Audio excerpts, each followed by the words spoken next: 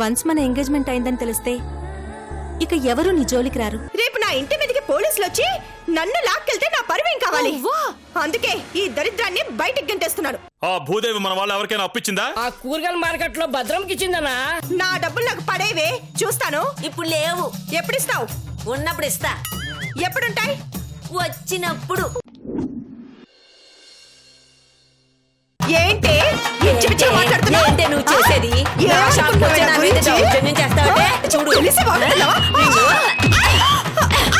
చావు. నా వ్యాపారం పాడు చేసింది కాక నన్నే కొట్టడానికి వస్తావు.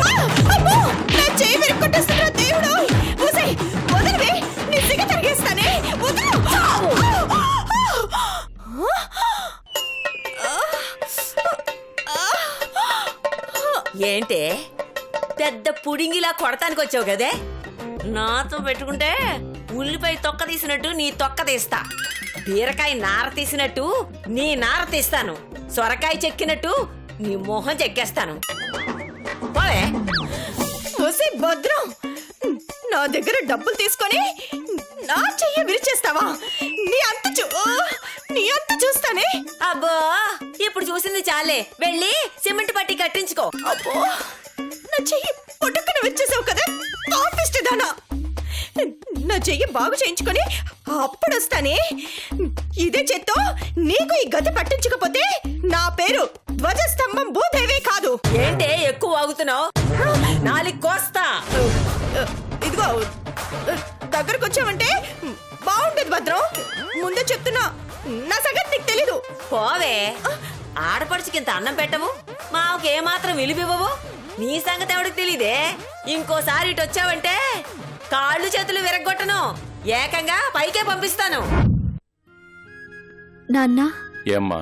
ఇప్పుడు కూడా నాకు నక్షత్రాలు కనబడుతున్నాయి నాన్న. నాకు బుధుడు, శుక్రుడు, శని కూడా కనబడుతున్నారమ్మా. ఆ గ్రహాలన్నీ నాకెప్పుడు కనబడతాయి నాన్న? నీకు పెళ్ళి కోడలొచ్చాక తప్పకుండా కనపడతాయమ్మా. అమ్మో, అసలు నాకు పెళ్ళే వద్దు నాన్న. ఇప్పుడు పెళ్లి గురించి ఆలోచించే సమయమా తల్లి? బతుకు బస్టాండ్ అవ్వడం అంటే ఇదేనా నాన్న? ఏమోనమ్మా, పరువు పబ్లిక్ పార్క్ లో పోవడం అంటే మాత్రం ఇదే. ఇప్పుడేం చేద్దాం నాన్న? ఆ ప్రశ్న రామజపం లాగా ఎప్పటికీ 100 సార్లు వేసుకున్నాను తల్లి. ఎవరింట్లోనైనా తలదాచుకుందామా నాన్న? తాకట్టు పెట్టుకోవడానికి కూడా పనికిరాని తల ఎక్కడని దాచుకుంటాను తల్లి. మనకింకా ఇక్కడెవరూ లేరా నాన్న? మనకు ఎక్కడా ఎవరూ లేరు తల్లి. అన్నయ్య ఉన్నాడు కదా నాన్న. అక్కడికి వెళితే వాడి జీవితంలో మీ వదిన ఉన్నదమ్మా. అమ్మో, మనం సంతోషంగా ఉన్నామనుకుని అన్నయ్య అక్కడ నిశ్చింతగా ఉన్నాడు. ఇలా మనిద్దరినీ మీ వదిన గెంటేసిందని తెలిస్తే అప్పుడు మనిద్దరం ఇంట్లో ఉంటాం, మీ వదిన ఈ పార్కులో ఉంటుంది. కానీ ఏ తప్పు చేయని గూగుల్కి మాత్రం ఎక్కడుండాలో అర్థం కాదు నాన్న.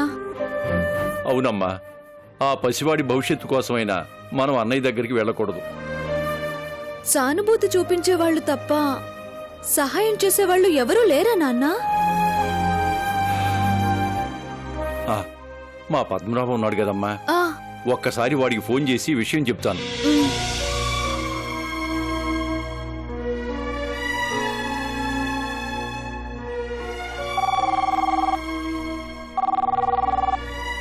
నానా నేను తీస్తా. నాకు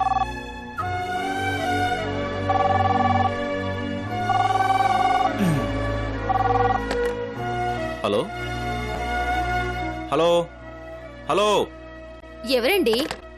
ఏమో కట్ అయింది. సరే, ఆఫీస్కి టైం అవుతుంది, త్వరగా కాఫీ తాగండి. ఇదిగో నా ఫైల్స్ అని బ్యాగ్ లో పెట్టావా? ఇంకా లేదండి. ఇంకా పెట్టకపోవడం ఏంటి? టైం అవుతుంది, తొందరగా కానీ. అలాగేనండి. వాళ్ళింట్లో కూడా కర్ఫ్యూ ఉందా నాన్న? అయ్యో, ఉత్త కర్ఫ్యూ కాదమ్మా, 144 సెక్షనే ఉంది. పద్మనాభాన్ని కొడుకు కోడలు ఇద్దరూ వాడని వస్తువుని మూలకు పడేసినట్టు పడేశారు. చూద్దాం.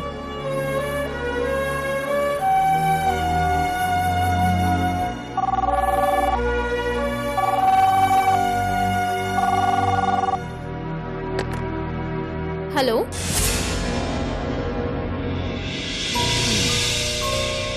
హలో, ఏంటి మాట్లాడడం లేదా? పెట్టేశారండి. ఎవరై ఉంటారు? ఎవరో ఎవరి కోసం చేస్తున్నారో ఏం మాట్లాడడం లేదు. సర్లే, టైం అవుతుంది, వెళ్దాం పద. హ్మ్. ఆ వెధవ వీళ్ళు వెళ్ళాక చేసి చావచ్చుగా. గాడిది. పోనీలే నాన్న.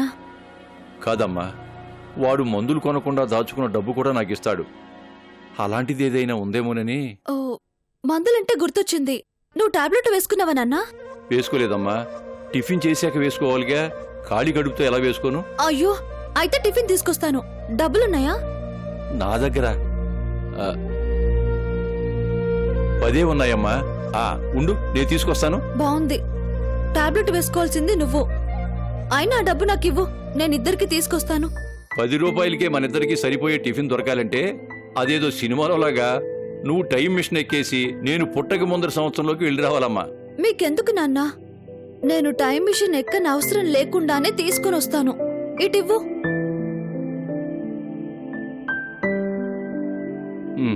ఇద్దరికి ఎలా వస్తుందబ్బా?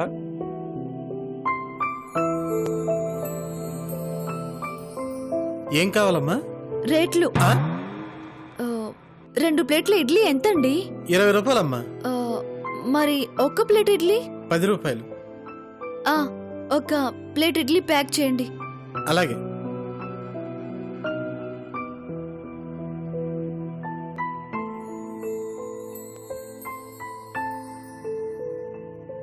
సాంబార్లో ఉప్పేశారా?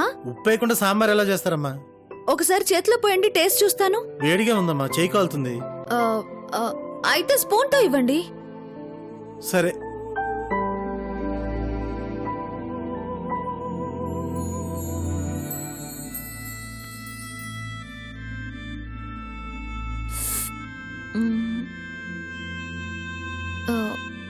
తీసుకోండి.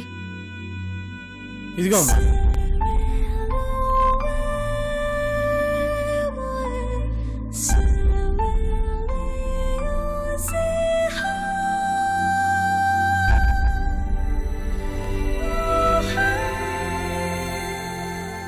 తీసుకోండి నాన్న, తొందరగా తినండి.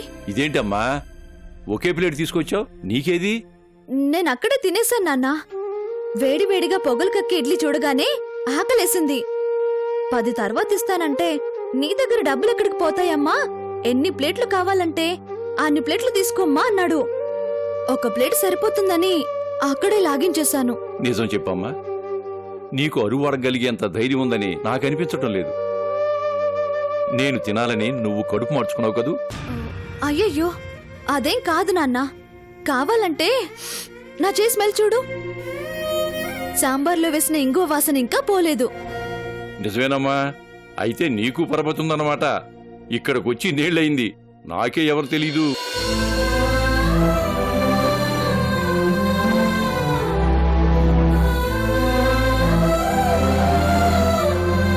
నాన్న సాంబారేనా? వద్దమ్మా.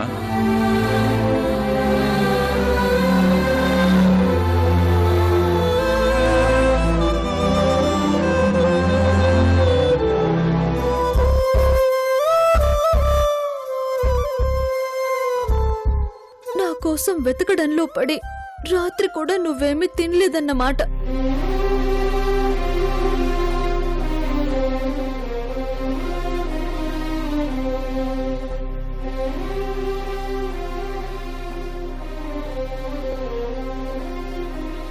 నన్ను క్షమించు నాన్న. నా తప్పు ఎంతవరకు ఉన్నదన్నది పక్కన పెడితే నా మూలంగా మీరు కూడా ఇలా రోడ్డున పడాల్సి వచ్చింది.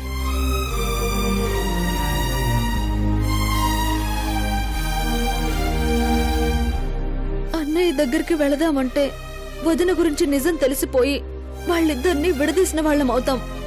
ఈ విషయం అన్నయ్య దాకా వెళ్ళకూడదంటే వదిన నన్నెంత చీకొట్టినా సరే మనం మాత్రం ఆ ఇంట్లోనే ఉండాలి, బయటికి వెళ్ళకూడదు. అమ్మయ్యా, ఆత్మారావుడు శాంతించాడమ్మా. ఈ పూట ఎలాగో గడిచిపోయింది. ఉండమ్మా, పంపు దగ్గర చేయి కడుక్కుని నీళ్లు తాగి వస్తాను. నానా, నేను ఇప్పుడే వస్తాను. ఎక్కడికమ్మా? ఇక్కడే మా ఫ్రెండ్ ఉంటుంది, ఏదైనా డబ్బు సాయం చేయగలదేమోనని అడిగేసి వస్తాను.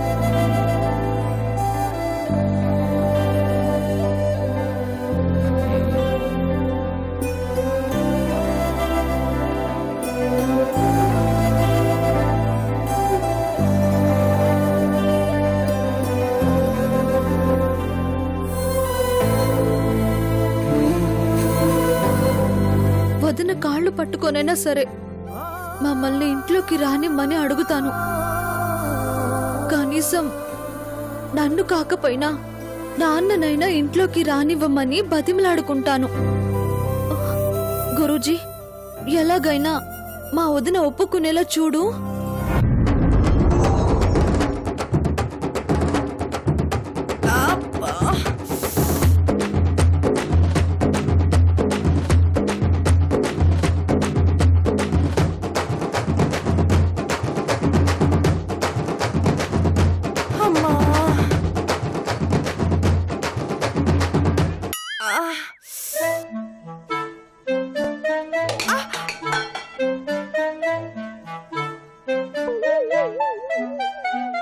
అత్తుంటే పాపం అంట్లన్నీ తోంపెట్టేది కదా మమ్మీ. నా చెయ్యి బాగుంటే నేనే దానికన్నా నీట్గా తోముకునేదాన్ని.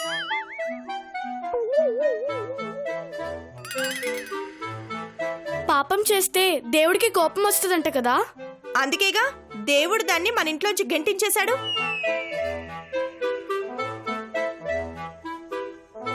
మరి నీ చెయ్యి ఎందుకు ఇరక్కొట్టించాడు మమ్మీ? అత్తని తాతని బయటికి పొమ్మన్నావు కదా అందుకా? నోర్ముయ్, చిటికిన వేలంత లేవు, చిత్రగుప్తుల్లా మాట్లాడుతున్నావు. బా బయటికి బా.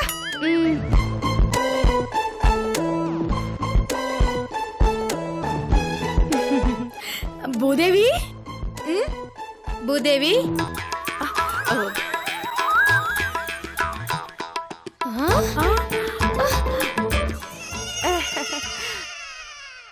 అయ్యో చేతికి ఏమైంది భూదేవి?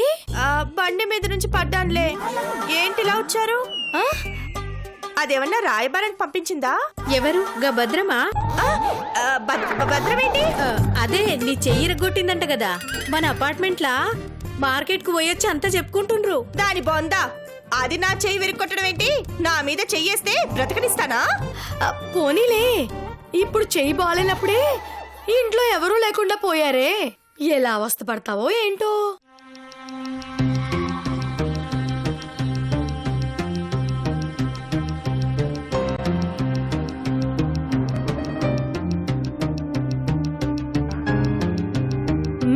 చెయ్యరికి మంచి పని అయింది.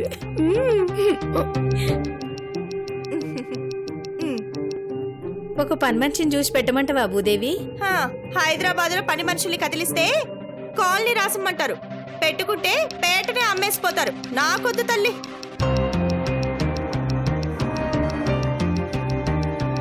ఈ పరిస్థితిలో ఎవరొకరు తోడు లేకపోతే కష్టం కదా భూదేవి. ఏం చేయమంటారు? మళ్ళీ ఆ రాక్షసుని పిలవమని చెప్పడానికి వచ్చారా? ఏ గట్ల మేమెందుకంటాం భూదేవి? పాపం మీ మాంగారు చూస్తేనే చాలా జాలేస్తుంది. ఏం చేయమంటారు? ముసరాయన కదా అని వదిలేస్తే ఆయనతో పాటు దాన్ని పిలవాల్సి వస్తుంది. ఆయనతో నాకు అసలు ప్రాబ్లమే లేదు. పెట్టింది తింటారు, చెప్పిన పని చేస్తారు, తన తిండి మటుకు సంపాదించుకొస్తారు. ఆయన్ని పిలవచ్చు, కానీ ఆయనతో పాటు ఓ లగేజ్ ని తీసుకొచ్చినట్టు దాన్ని తీసుకొస్తారు. అందుకే దాని మూలంగా ఆ పెద్దాయిని బయటికి పంపించాల్సి వచ్చింది. అది లేకపోతే ముసలైన నాకేం భారం కాదు, పైగా ఇంటికి పెద్ద దిక్కులా ఉంటారు. కానీ దాన్ని వదిలిపెట్టి ఆయన చచ్చినా రాడు. అది చస్తే తప్ప, అది చస్తే తప్ప, అది చస్తే తప్ప.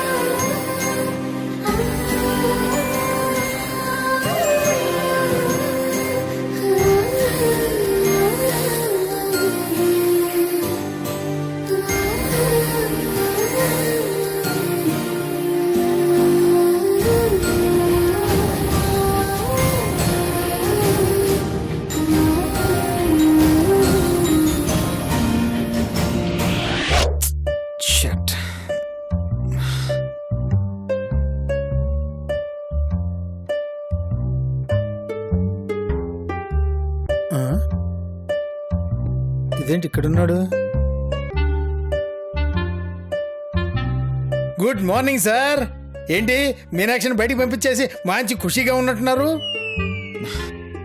నువ్వెందుకు వచ్చావు? కంగ్రాట్స్ చెప్పడానికి వచ్చాను సార్. మీకు ఎంగేజ్మెంట్ ఫిక్స్ అయిందట కదా. Congrats sir. Congratulation sir. ఏంటి డల్ గా ఉన్నారు?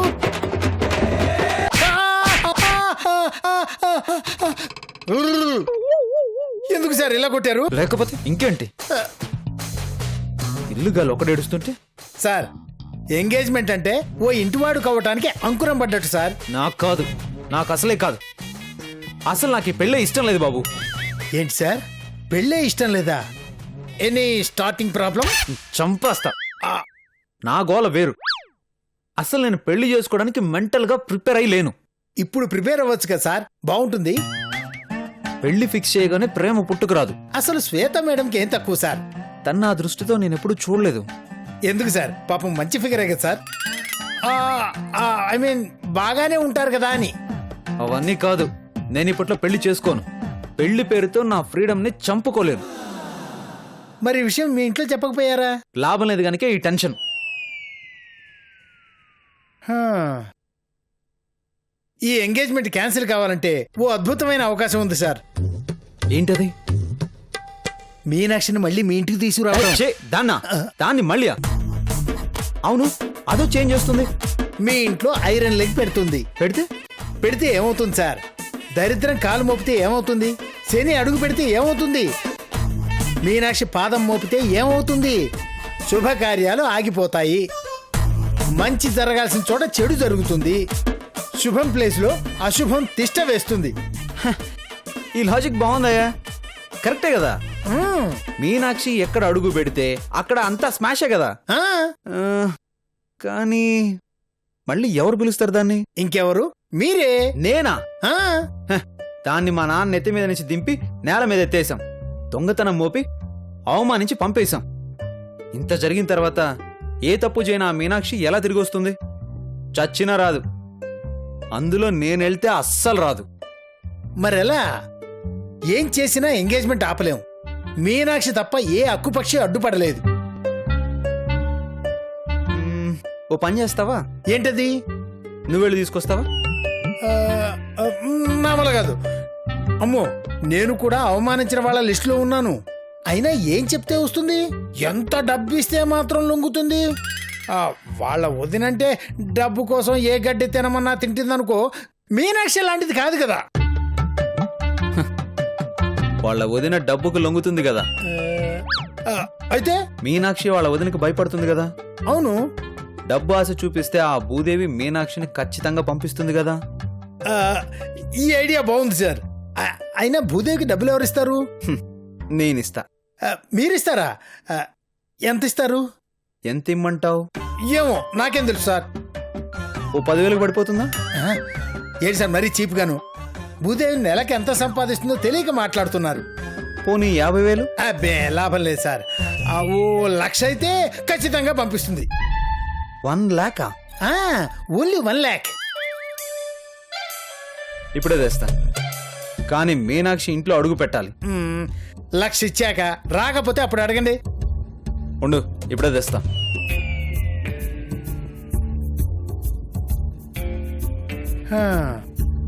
నా చెంప మీదే కుట్టి అవమానిస్తావు కదూ. ఒక్క చెంప దెబ్బ ఖరీదు 1,00,000 రూపాయలు. పిచ్చి సన్నాసి. దానికి నేను ఇచ్చేది 50,000రా. ఆయనతో నాకు అసలు ప్రాబ్లమే లేదు. పెట్టింది తింటారు, చెప్పిన పని చేస్తారు. తన తిండి మటుకు సంపాదించుకొస్తారు. ఆయన్ని పిలవచ్చు, కానీ ఆయనతో పాటు ఓ లగేజ్ ని తీసుకొచ్చినట్టు దాన్ని తీసుకొస్తారు. అందుకే దాని మూలంగా ఆ పెద్ద ఆయన్ని బయటకు పంపించాల్సి వచ్చింది. అది లేకపోతే ముసలైన నాకేం భారం కాదు. పైగా ఇంటికి పెద్ద దిక్కులా ఉంటారు. కానీ దాన్ని వదిలిపెట్టి ఆయన చచ్చినా రాడు. అది చస్తే తప్ప, అది చస్తే తప్ప, అది చస్తే తప్ప, అది చస్తే తప్ప.